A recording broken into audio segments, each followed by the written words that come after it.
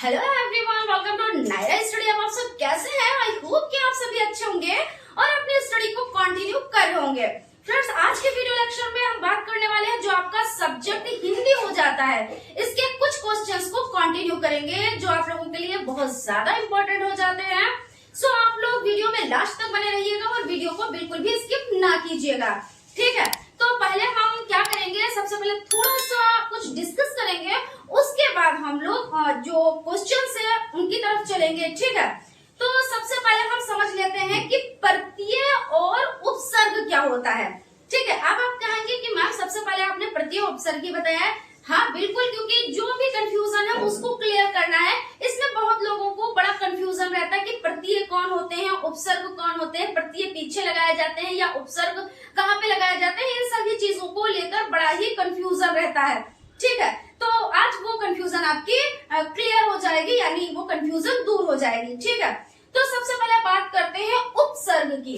तो उपसर्ग यानी देखिए उपसर्ग, तो छोटा ऊ से आपका उपसर्ग आपने लिखा ना, तो इसको आप छोटा आ मान लीजिए। छोटा आ आपने मान लिया और आ से आगे होता है। आ से क्या होता है? आगे होता है, यानी जो उपसर्ग होते हैं वो आगे लगते हैं, ठीक है? और जो प्रत्यय होते हैं, क्या है? प्रत्यय है जो, वो क्या होता है? देखिए पास से प्रत्यय हो जाता है और पास से पीछे हो जाता है, यानी जो शब्द के बाद में जो लगता है तो उसको क्या कहते हैं? तो प्रत्यय कहते हैं। क्या कहते हैं? जो पीछे लगता है उसको कहते हैं प्रत्यय, ठीक है? उसके बाद अगर हम लोग बात करें कि जो जैसे आपके जो समानार्थी शब्द है उन वो क्या होते हैं? समान, यानी जो समान अर्थ प्रकट करें। क्या? समानार्थी, क्योंकि बड़ी कंफ्यूजन हो जाती है यहाँ पे भी कि समानार्थी यानी पर्यायवाची, जो समान अर्थ प्रकट करते होते हैं उनको क्या कहते हैं? तो समानार्थी। कभी कभी ऐसे ही पूछ लिया जाता है कि भाई समानार्थी बताएं। अब आप कंफ्यूज कि समानार्थी क्या, हमने तो पर्यायवाची पढ़ा था, अब ये समानार्थी कहाँ से आ गया? लेकिन बात एक ही है, समान जैसे आग का हो गया, अब उसके समान क्या है? आग, पावक, अनल, दहल, यह आपका हो गया है ना। अब घर का क्या हो गया? गृह कह ले, सदन कह ले, कुछ भी आप कह ले, तो वो रहा तो गृह ही है ना। जल है, अब पानी कह ले, तोय कह ले, अम्बु कह ले, अम्बु कह ले, यानी अम्बुज तो आपका कमल का हो गया। तो ये सब चीजें यानी समान जो अर्थ प्रकट करते हो उनको क्या कहते हैं? तो समानार्थी। और पर्यायवाची का मतलब भी यही होता है, ठीक है? तो ये चीजें हो गई आपकी। उसके बाद हम लोग बात कर लेते हैं जैसे नय प्लस अक। जैसे यहाँ पे हमने लिखा नायक, क्या लिखा? नायक। अब इसका जब हम इसको तोड़ेंगे तो कैसे? जब ऑप्शन में इस तरह के क्वेश्चन आते जरूर है, मतलब आना है तो आना है। तो नायक मतलब अगर ऊपर देखिए नय, अब यहाँ पे देखिए एक मात्रा लगी हुई है और एक ये अक्षर बना हुआ है, तो यहाँ पे एक मात्रा और एक अक्षर को आप दो मात्राएं मान लीजिए, ठीक है? तो नय और प्लस आपका क्या हो गया? अक, नय अक, यानी नायक। अब ये कौन सी संधि हो जाती है? तो आप बताएं, कमेंट करके आप लोग बताएं ये कौन सी संधि है, ठीक है? उसी के बाद आपका एक हो जाता है पवन। अब देखिए पवन में क्या है? पवन। पवन में क्या है? देखिए कोई भी पाई मात्रा नहीं लगा, पा खाली, बा खाली, ना खाली। हम ये आपको ट्रिक से बता रहे हैं कि किस तरह से आप चीजों को क्लियर कर सकते हैं, डाउट और कंफ्यूजन की कोई जगह नहीं है। तो पवन, तो प प्लस अन क्या हो जाएगा? प प्लस अन, तो यहाँ पे क्या हो गया? पवन हो गया, ठीक है? अब आप लोग ये दोनों जो हमने बताया है नायक और पवन का, ये कौन सी संधि है आप लोग कमेंट करके बताएंगे, ठीक? उसके बाद हम थोड़ा सा बात कर लेते हैं। अच्छा, एक लाइन हम पढ़ रहे हैं तो आप लोग बताइएगा ये लाइन किसकी है? तो मस कागज छुओ नहीं, कलम गही नहीं हाथ, ये पंक्ति किसकी है? क्योंकि आज हमने स्टार्ट किया है सीरीज को, तो आज हमने आपसे 2 से 3 क्वेश्चंस पूछ लिए, ठीक है? अब हम कल क्या करेंगे, आपको जो ये 3 क्वेश्चंस है इसका आंसर भी आपको बताएंगे, अगर आप लोगों ने कमेंट में सही बता दिया। वैसे बता तो आप लोग सही लेंगे क्योंकि इतने दिनों से पढ़ रहे हैं, हर एक चीज आपको आती है, सिर्फ रिवीजन की जरूरत है आप लोगों को। और उसके बाद आंसर भी बताएंगे और उसके बाद न्यू क्वेश्चंस भी आपसे पूछेंगे। तो आज जो आपके होमवर्क में 3 क्वेश्चंस है और उसके बाद 2 से 3 क्वेश्चंस हम देते रहेंगे, ठीक है? तो आज इतना ही डिस्कस करते हैं, ज्यादा डिस्कस नहीं करेंगे और सीरीज की तरफ चलते हैं। कुछ ऑब्जेक्टिव टाइप क्वेश्चंस की सीरीज को कंटिन्यू करते हैं। चलिए फ्रेंड्स, स्टार्ट करते हैं आज की सीरीज का फर्स्ट नंबर क्वेश्चन हो जाता है, वात्सल्य रस के सम्राट कहे जाते हैं तो तुलसीदास हो जाते हैं, सूरदास या रहीमदास या कबीरदास। तो इसमें आपका जो आंसर हो जाता है वो सूरदास हो जाते हैं, यानी वात्सल्य रस के जो सम्राट कहे जाते हैं वो सूरदास जी हैं। अंधे की लकड़ी मुहावरे का अर्थ है स्वार्थी या एकमात्र सहारा या बिना श्रम के फल प्राप्ति या इच्छा पूर्ण करना। तो अंधे की लकड़ी का मतलब यानी मुहावरे का अर्थ हो जाता है एकमात्र सहारा। उसके बाद है अभिव्यक्ति के उद्देश्य हैं तो भाषण साहित्य में रुचि का विकास, बोलने की योग्यता, लिखने की योग्यता, उपर्युक्त सभी। तो इसमें उपर्युक्त सभी हो जाते हैं, यानी द ऑप्शन आपका राइट हो जाता है। अत्यधिक शब्द में प्रयुक्त उपसर्ग है अत्य, अत, अति या आ। तो इसमें आपका जो ऑप्शन सा हो जाता है यानी अति, ये आपका राइट हो जाता है। और यहाँ पे बात कर लेते हैं उपसर्ग और प्रत्यय। प्रत्यय यानी पीछे, उपसर्ग छोटा ऊ से स्टार्ट होता है यानी आगे, यानी छोटा ऊ को आप क्या माने, छोटा ऊ को आप आगे आ माने तो यानी आगे, और प्रत्यय यानी पीछे। इस तरह से आप याद रख सकते हैं। कबीर के सूफी गुरु कौन थे, तो शेख तकी, अब्दुल समद, मोहम्मद गौस या रहमान। तो इसमें आंसर आपका शेख तकी हो जाते हैं। भाषा अर्जन में महत्वपूर्ण है भाषा का व्याकरण, पाठ्य पुस्तक, भाषा का शिक्षक, भाषा के विभिन्न रूपों का प्रयोग। तो इसमें आंसर आपका क्या हो जाता है, भाषा अर्जन में महत्वपूर्ण है। तो इसमें क्या हो जाता है, देखिए आंसर इसमें आपका जो है वो आ ऑप्शन पे टिक है। ठीक है, ठीक है। भाषा का व्याकरण जब हम अर्जित करते हैं तो भाषा का व्याकरण या पाठ्य पुस्तक या भाषा का शिक्षक या भाषा के विभिन्न रूपों का प्रयोग। तो वैसे आंसर आपका होना चाहिए भाषा के विभिन्न रूपों का प्रयोग, क्योंकि जब विभिन्न रूपों का प्रयोग करेंगे ना तभी तो आएगा। और इसमें आंसर आपका व्याकरण, क्योंकि व्याकरण का मतलब ये होता है जब हम अर्जित करते हैं कोई चीज़ को तो व्याकरण तो हमें सीखनी ही रहती है, लेकिन कहीं ना कहीं पे ये नेगेटिव हो जाता है। तो आप लोग इसको देख लीजिएगा, सर्च कर लीजिएगा, ठीक है ना। उसके बाद आपका आंसर आपका क्वेश्चन हो जाता है, पत्र पत्रिकाएं भाषा सिखाने में बड़ों को पढ़ने की वस्तु है, यानी बड़ों के पढ़ने की वस्तु है। यहाँ पे होगा ना, साधक है, बाधक है, त्रुटियों को बढ़ावा देती हैं। तो भाई साधक है, बाधक तो नहीं है। बाधक का मतलब है कोई चीज़ में बाधा पहुंचाना, त्रुटियों को बढ़ावा देना, गलतियों को वो बढ़ा रही हैं, तो ऐसा तो नहीं है भाई। पत्र पत्रिकाएं ये तो ना तो त्रुटियों को बढ़ावा देती हैं, ना किसी चीज़ में बाधक हैं, और बड़ों के पढ़ने की वस्तु नहीं, सभी के पढ़ने की वस्तु है, यानी ये साधक हैं, साधक के रूप में हो जाती हैं।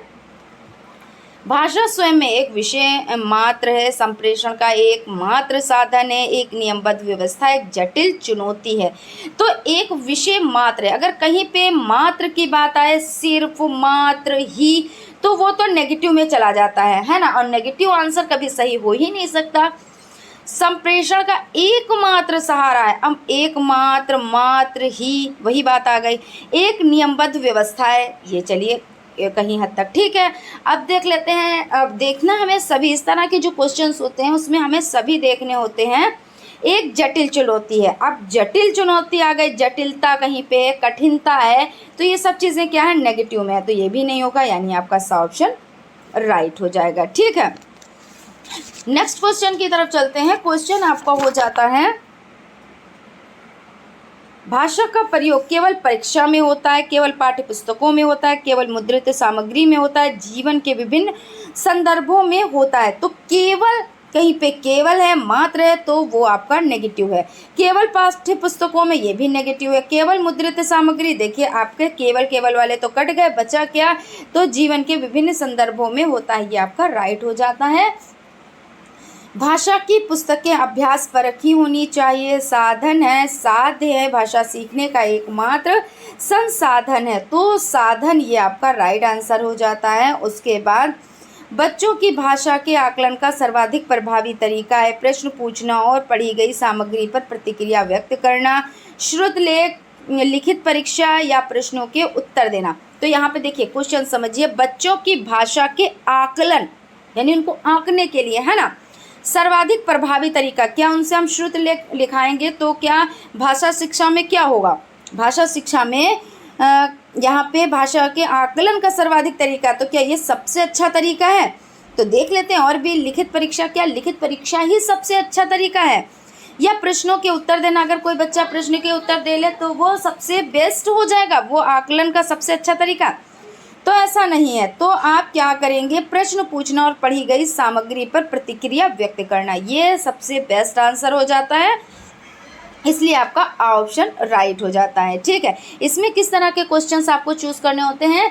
ये पेडागोजिकल टाइप क्वेश्चंस है ना, लगते हैं आपको सभी सही क्वेश्चन है, लेकिन उसमें जो सबसे ज़्यादा सही और सबसे पॉजिटिव होता है वही आपका राइट होता है। अगर पॉजिटिव पूछ रहे हैं तो पॉजिटिव में राइट है, और नेगेटिव पूछ रहे हैं तो आपको, जैसे कभी कभी क्वेश्चन ऐसे भी पूछ लेते हैं इसमें सबसे कम महत्वपूर्ण, तो सबसे कम पूछें या नेगेटिव, बात एक ही है। तो आपको जो सबसे कम महत्वपूर्ण है वो आपको टिक करना रहेगा, है ना। तो इस तरह से आपका ऑप्शन राइट हो जाता है। भाषा सीखने का उद्देश्य, क्या उद्देश्य है? विभिन्न स्थितियों में भाषा का प्रभावी प्रयोग करना, या अपनी बात कहना सीखना, या दूसरों की बात समझना सीखना, या कोई नहीं। तो भाई विभिन्न परिस्थितियों में भाषा का प्रभावी प्रयोग करना, भाई जब हमें कोई भी परिस्थिति आती है तो हम अपनी भाषा का प्रयोग करते हैं, अपनी बात को दूसरों तक पहुंचाते हैं, दूसरों से कहते हैं, तो क्या हुआ, यही तो प्रभावी तरीका हो गया ना। फिर आपका हो जाता है नायक में संधि है, तो द्वंद्व संधि, अयाद संधि, यड़ संधि, गुण संधि। तो आपका हो जाता है नायक यानी नय प्लस अक, क्या हो जाता है? तो नय प्लस अक, तो इसमें नायक यानी अयाद संधि है। धरती और आकाश के बीच का स्थान, तो अंतरिक्ष कहलाता है। पवन में संधि है, गुण संधि, यड़ संधि, अयाद संधि कोई नहीं, तो अयाद संधि हो जाती है। प प्लस अन को क्या होता है? प प्लस अन, है ना। तो ये कौन सा हो गया? तो अयाद संधि हो गई। पंचपात्र के लेखक हैं तो श्री पद्मलाल पुन्नालाल बख्शी, वाजपेयी, डॉक्टर नगेंद्र मिश्र जी। तो श्री पद्मलाल पुन्नालाल बख्शी हो जाते हैं, यानी कि ऑप्शन आपका राइट है। फ्रेंड्स, आप लाइक और सब्सक्राइब करते रहिए। उसके बाद परिमल काव्य के रचयिता थे तो कबीर, या बाबू गुलाब राय, या महादेवी वर्मा, या सूर्यकांत त्रिपाठी, निराला जी। तो इसमें निराला जी हो जाते हैं, यानी कि द ऑप्शन आपका राइट हो जाता है। उसके बाद क्वेश्चन की तरफ चलते हैं। अंधे के हाथ बटेर लगना, अंधे के हाथ बटेर लगना यानी वो उस चीज़ के काबिल नहीं, लेकिन उसको वो चीज़ मिल गई, है ना। तो और उसने कुछ किया भी नहीं और वो चीज़ मिल गई, यानी बेतुका मेल मिलना ये नहीं है। बिना कुछ किए फल की प्राप्ति, यही तो है ना, यही तो आंसर है। व्यवहार में स्पष्टता, ये भी नहीं है, इनमें से कोई ये नहीं। बिना कुछ किए फल की प्राप्ति, अंधे के हाथ बटेर। कभी कभी कहते नहीं, देखो इन्होंने कुछ किया भी नहीं और इनको ये फल की प्राप्ति हो गई, बहुत मेहनत भी नहीं की थी फिर भी इनको इतनी अच्छी जॉब मिल गई, या इन्होंने बहुत ज़्यादा मेहनत नहीं की थी लेकिन इतना अच्छा इनका रिजल्ट आया, यानी मानो कि अंधे के हाथ बटेर लग गई। दूध का दूध, पानी का पानी से क्या तात्पर्य है? तो इसमें आपका हो जाता है गुणगान करना, या पीना, या दूर की बातें, या सच्चा न्याय। तो जैसा कहते नहीं, अभी न्याय हुआ जाता है, अभी दूध का दूध और पानी का पानी हुआ जाता है, यानी कि सच्चा न्याय हुआ जाता है ना। तो सच्चा न्याय यानी कि द ऑप्शन आपका राइट हो जाता है। उसके बाद आपका क्वेश्चन हो जाता है आँख का कांटा से तात्पर्य, तो गप्पे लगाना, दुश्मन, गलत व्यवहार करना, इनमें से कोई नहीं। तो आँख का कांटा यानी दुश्मन, है ना। खून खोलना से तात्पर्य प्यार करना, गुस्सा आना, डांटना, इनमें से कोई नहीं। तो गुस्सा आना हो जाता है। हमारा राष्ट्रीय पर्व 15 अगस्त, 19 अगस्त, 30 जनवरी, इनमें से कोई नहीं। तो आपका हो जाता है 15 अगस्त। दीपावली कब मनाई जाती है? तो माघ माह में, सावन माह में, कार्तिक माह में, फाल्गुन माह में। तो कार्तिक माह हो जाता है। गांधी जयंती मनाई जाती है तो 2 अक्टूबर को, 5 अक्टूबर को, 15 अक्टूबर को, इनमें से कोई नहीं। तो 2 अक्टूबर हो जाता है। क्या भूलूं क्या याद करूं की विधा है, संस्मरण, कहानी, आत्मकथा, यात्रा वृत्तांत। तो आपका हो जाता है आत्मकथा, मुंशी प्रेमचंद की वो रचना जो अधूरी रह गई। तो मंगलसूत्र, करबला, रंगभूमि, कर्मभूमि। तो मंगलसूत्र यानी ऑप्शन आपका राइट है। घड़ी साज शब्द है, देशज शब्द, संकर शब्द, विकारी शब्द, रूढ़ शब्द, तो आपका देशज शब्द हो जाता है। ठीक है, चलते हैं नेक्स्ट क्वेश्चन की तरफ। रसाल पर्यायवाची शब्द है, तो कोयल का, पान का, आम का, सगा भाई का, तो आम का यानी रसाल जो है वो आम का हो जाता है, जिसका जन्म पहले हुआ हो वो अग्रज कहलाता है ना। और यहाँ पे ऑप्शन भी देख लेते हैं, आंसर तो हमने पहले ही टिक कर दिया, अनुज है या भ्राता या पितामह या अग्रज, तो अग्रज आपका ऑप्शन राइट है। अंधा का यानी का अंधा नाम नयन सुख, यानी लोकोक्ति का क्या अर्थ है, जैसे किसी का नाम तो जैसा होता है उसके विपरीत गुण होते हैं, तो अप्रत्याशित लाभ होना, अनायास सम्मान, आत्म प्रशंसा करना, गुण के विरुद्ध नाम होना, तो इसमें गुण के विरुद्ध नाम होना हो जाता है। पूरी तरह से मना कर देना के लिए मुहावरा बताएं, यानी मुहावरे का, तो इसमें क्या हो जाता है, पूरी तरह से मना कर देना, पूरी तरह से मना कर देना, तो इसके लिए आपका हो जाता है अंगूठा दिखाना। ठीक है, तो ये आपका हो जाता है राइट। उसके बाद है बीजक नामक ग्रंथ के रचयिता, तो दिनकर, तुलसीदास, कबीर, सूरदास, तो कबीर जी हो जाते हैं। नेक्स्ट क्वेश्चन आपका है मुंशी प्रेमचंद की प्रमुख कृति है, सेवा सदन, निर्मला, कर्मभूमि, उपयुक्त सभी, तो ये उपयुक्त सभी हो जाती है। बिहारी सर्वश्रेष्ठ कवि थे, भक्ति काव्य धारा के, रीतिकाल के, आधुनिक काल के, प्राचीन काल के, तो इसमें रीतिकाल हो जाता है, यानी कि ऑप्शन आपका राइट है। ठीक है ना।